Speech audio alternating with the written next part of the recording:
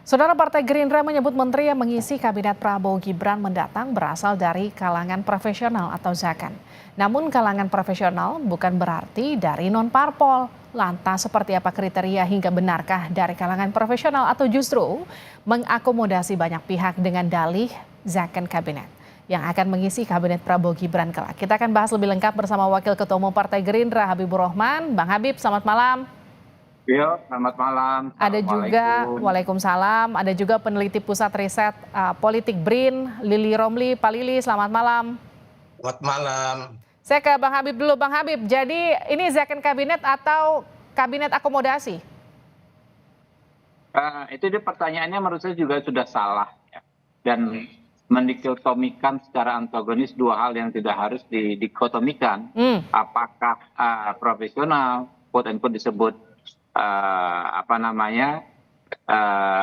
zaken kabinet ya, atau mengakomodasi seolah-olah ya, kalau mengakomodasi itu hanya mengakomodir kepentingan partai politik tanpa mempertimbangkan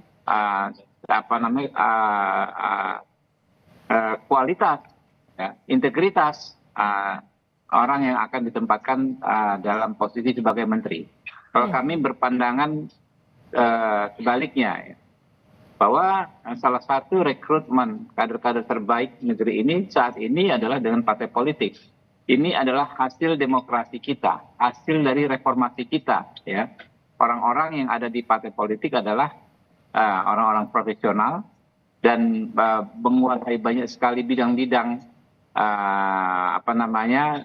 pengelolaan pemerintahan, ya, dan punya integritas, punya dedikasi, punya idealisme. Ya, orang mau berpolitik, terjun ke partai politik kan adalah orang yang mau berkorban, mengorbankan waktu, tenaga, biaya, ya, untuk perjuangan yang menjadi visi misi partai politik tersebut. Kalau kami menyebutnya, ya, di partai politik itu bukan politisi. Kalau Partai Gerindra, kami menyebutnya sebagai pejuang politik. Ya. Jadi tidak perlu dipertentangkan apakah zaken kabinet, apakah hanya sekedar mengakomodir, enggak lah ya. Bahwasanya kami mengkritik masyarakat, menerima kritikan dari masyarakat, jangan sampai orang yang ditunjuk itu sekedar ya representasi partai politik tetapi tidak memiliki kemampuan, betul ya. Baik. Tapi kami perlu sampaikan partai-partai politik modern ya setelah pemilu kemarin ya semuanya memiliki banyak sekali kader-kader yang berkualitas dan berintegritas. Ya. Kalau Anda lihat ya Mbak Livi ya, sedikit ya, saya mungkin 18.30 saya live ya. Di struktur DPP partai politik itu mirip-mirip struktur pemerintahan. Ya. Ada ketua bidang dalam negeri, ada ketua bidang kepemudaan, ada ketua bidang pertanian, ada ketua bidang kelautan, ya macam-macam. Yang spesifik seperti itu biasanya memang expert. Kalau di kami kebanyakan profesor doktor. Nah itu yang kemudian jadi pertanyaan saya. Ya. Maaf saya potong ya Bang Habib. Jadi gini, artinya standar untuk menentukan satu menteri duduk di kabinet Prabowo Gibran mendatang, apakah berdasarkan tadi sertifikasinya, latar belakang background pendidikannya, atau seperti apa nanti? Ya tentu kan akan mengkombinasikan ke semua skor tersebut ya, scoring system tersebut. Tentu kita nggak akan mungkin ya mengabaikan partai-partai politik yang ada saat ini, yang baru bergabung atau yang bahkan sudah lama kerjasama dengan kita, nggak akan mungkin diabaikan. Tapi nggak mungkin juga kami menerima mentah-mentah orang yang diajukan ya tanpa melihat kapasitasnya. Di luar itu ya juga ada pastilah orang-orang yang memang profesional yang tidak berpartai politik. Di luar itu sih pasti ada ya. Tapi proporsinya berapa ya itu yang tidak dalam kapasitas untuk bagi saya untuk menyampaikan. Hanya memang kami ini sedikit mewanti-wanti lah ya. Janganlah ya kader-kader partai politik itu terus dikategorikan, dikonotasikan tidak berkualitas. Ya, enggak. Ini situasinya sudah jauh berubah ya dengan reformasi yang sudah kita laksanakan sudah sangat matang ini. Baik.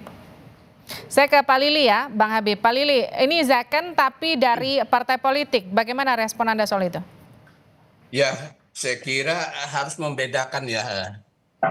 Yang sebutnya namanya zakon kabinet itu kabinet yang terdiri menteri-menterinya para kalangan profesional dari teknokrat yang tidak berafiliasi dengan partai politik. Itu per definisi, Mbak. Bahwa orang-orang partai politik berkualitas, iya. Tapi kalau istilahnya namanya jaket kabinet adalah para menteri non partai. Mereka adalah para ahli, orang-orang yang memiliki keahlian di bidangnya dari para teknokrat. Hmm. Itu yang disebut jaket kabinet.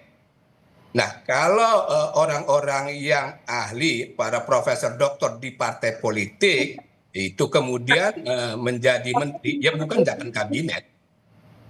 Gitu. Jadi kita bukan mengabaikan bahwa dia itu tidak ahli, tidak berintegritas, bukan itu. Oke. Itu, Mbak, untuk yang membedakan antara zakon kabinet dan non zakon kabinet.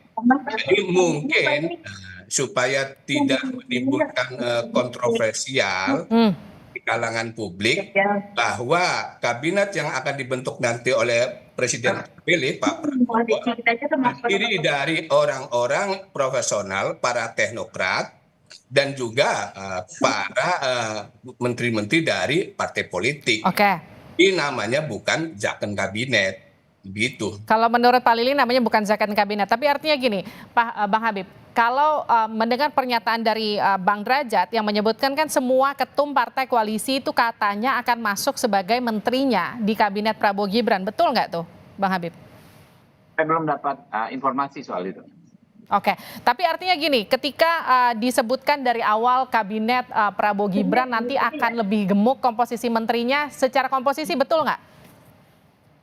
Ya mungkin saja, karena kan kemarin Balik DPR RI ya sudah mengesahkan pada tingkat pertama bahwa jumlah ya, kementerian dan nomenklatur kementerian itu diberikan kebebasan kepada Pak Presiden terpilih, ya presiden manapun ya, untuk menentukannya.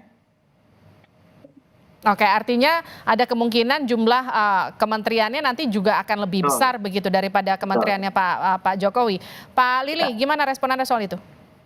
Ya sebenarnya saya sampaikan dikit, boleh nggak? Boleh, silakan Bang Habib. Gitu nanyanya. Gimana Jadi Bang Habib? Jadi kalau toh gemuk ya kan ya, tapi kan tentu dengan alasan yang sangat jelas. Saya sendiri di DPR melihat ya banyak sekali kementerian yang menurut kami itu harusnya dipisahkan.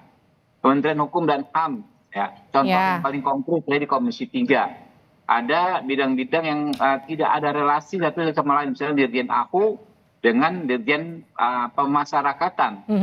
Lalu ada juga lagi Dirjen Imigrasi. Menurut saya tidak pas kalau diatur dalam satu kementerian, karena semuanya perlu direct comment dari pemimpin, dari presiden, gitu loh. 3 bidang yang sangat-sangat penting tersebut.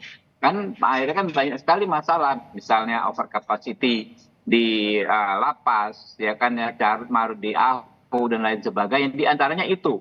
Begitu juga misalnya kritikan dari banyak orang soal Kementerian PUPR. Jadi melihatnya jangan sesempit itu. Lebih banyak berarti boros, enggak. Lebih banyak kalau hasilnya maksimal, ya enggak ada masalah. Kita jangan takut dengan harga, walaupun memang kita harus seefisien mungkin. Tapi hasilnya ya itu yang harus menjadi pertimbangan, dan itu adalah tanggung jawab presiden terpilih ya, yang sudah mendapatkan kepercayaan dari rakyat. Kita minta ya kan diberikan kepercayaan untuk menjalankan amanah rakyat ini semaksimal mungkin gitu loh.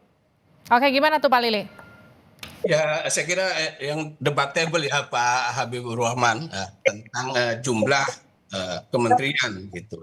Yang jelas kan publik banyak melakukan kritik gitu. Apakah jumlah menteri yang banyak itu efisien atau tidak gitu, efektif atau tidak? Yang jelas publik mengatakan dengan jumlah menteri yang banyak itu tidak akan efektif.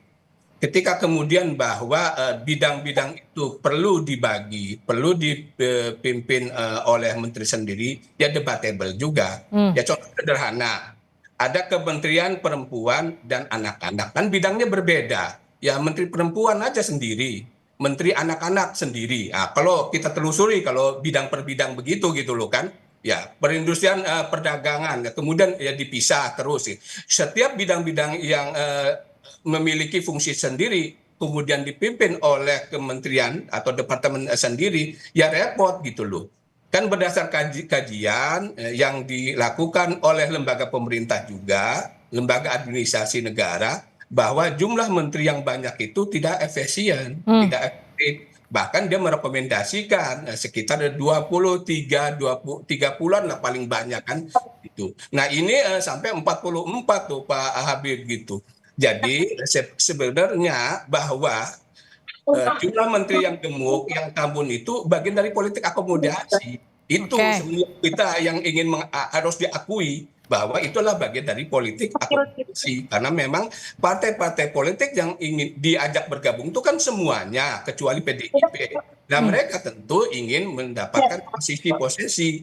Kemudian dicarikanlah legitimasi bahwa perlu nih bidang-bidang itu dipisah. Kalau pertanyaan begitu, kenapa di negara-negara maju itu nggak dipisah-pisah juga gitu? Kok jumlah menterinya sedikit gitu? Berarti mereka juga tidak efisien, tidak efektif, tidak berjalan fungsi-fungsi itu. Jadi maksud saya itu debatable, Baik.